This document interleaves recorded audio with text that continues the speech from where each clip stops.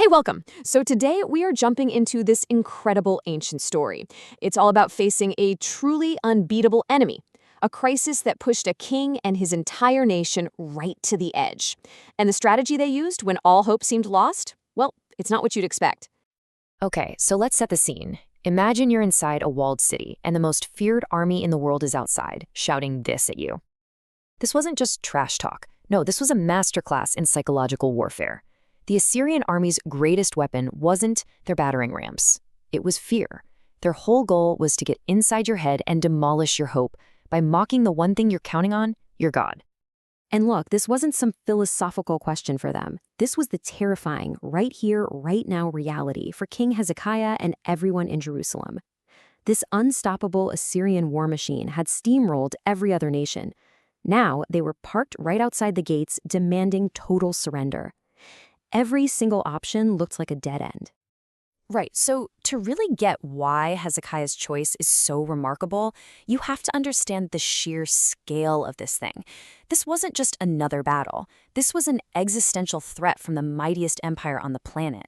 Think of it like getting a terrifying diagnosis from a doctor, or watching your life savings evaporate overnight. It was that big.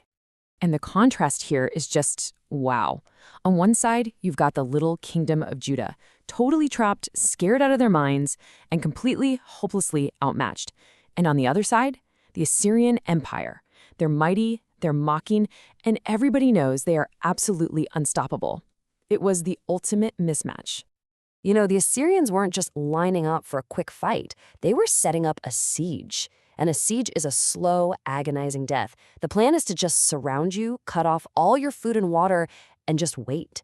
It's a strategy designed to make you starve, to break your spirit, and to let hopelessness fester long before they even think about attacking. So what do? Surrender? Try a suicide mission? Well, King Hezekiah chose option C. He took the whole crisis somewhere else entirely. This was his moment to, quite literally, turn to the wall. So he gets this terrifying letter from the Assyrian king, basically laying out his doom. And instead of panicking, Hezekiah follows this very deliberate four-step process. He takes the threat seriously, but then he goes straight to the temple. And there, he physically spreads that threatening letter out before God and just starts praying. He literally turns an instrument of fear into an act of faith. And here's the core of his prayer, and it's a huge shift in perspective. He's not just begging, please save us, we're so scared.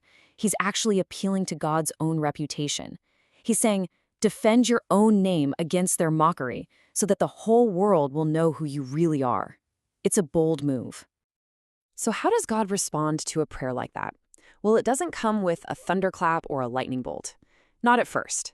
The answer first comes as a message, delivered by the prophet Isaiah. Now, this is so crucial. God sends the promise before he sends the rescue. From their perspective, nothing had changed yet.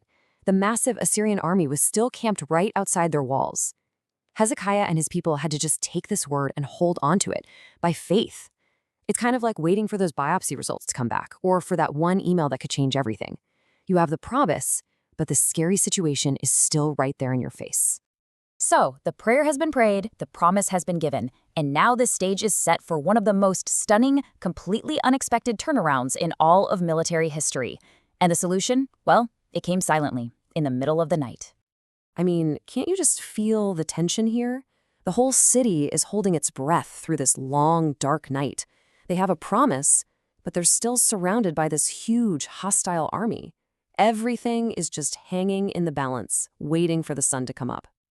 That night, something moved through the Assyrian camp. And when the few survivors woke up the next morning, that was the number. 185,000 soldiers of the invincible Assyrian army were gone. The threat was just neutralized, overnight, without Judah's army lifting a single sword. So Jerusalem was delivered, but the way it happened, it defied every expectation. It wasn't some clever military strategy or a surprise attack. It was a silent, supernatural intervention that left the world's greatest superpower completely decimated and running for their lives. Okay, so, incredible story, right? But what does an ancient siege have to do with us today? Well, it turns out it's a powerful blueprint for how to face the impossible threats in our own lives. So here's the takeaway, the model we can actually use. When you feel surrounded by fear, when an enemy seems unbeatable, whether that's a financial crisis, a scary diagnosis, or a relationship that's falling apart, the instruction is to turn to the wall. That means you acknowledge the threat, you take it directly to God, you listen for his promise, and then you trust that some battles just aren't yours to fight alone. At the end of the day, this is the lesson that echoes down from Hezekiah's story. Real strength isn't always found in our own resources or our own cleverness. Sometimes it's found in the willingness to turn away from our own frantic efforts and put our trust completely in a power that is so much greater than our problems. So as we wrap this up, I'll just leave you with this to think about. What's that Assyrian army at your gate right now? That overwhelming thing? And more importantly, what would it look like for you to follow Hezekiah's lead, to turn to your wall and lay it all out before God?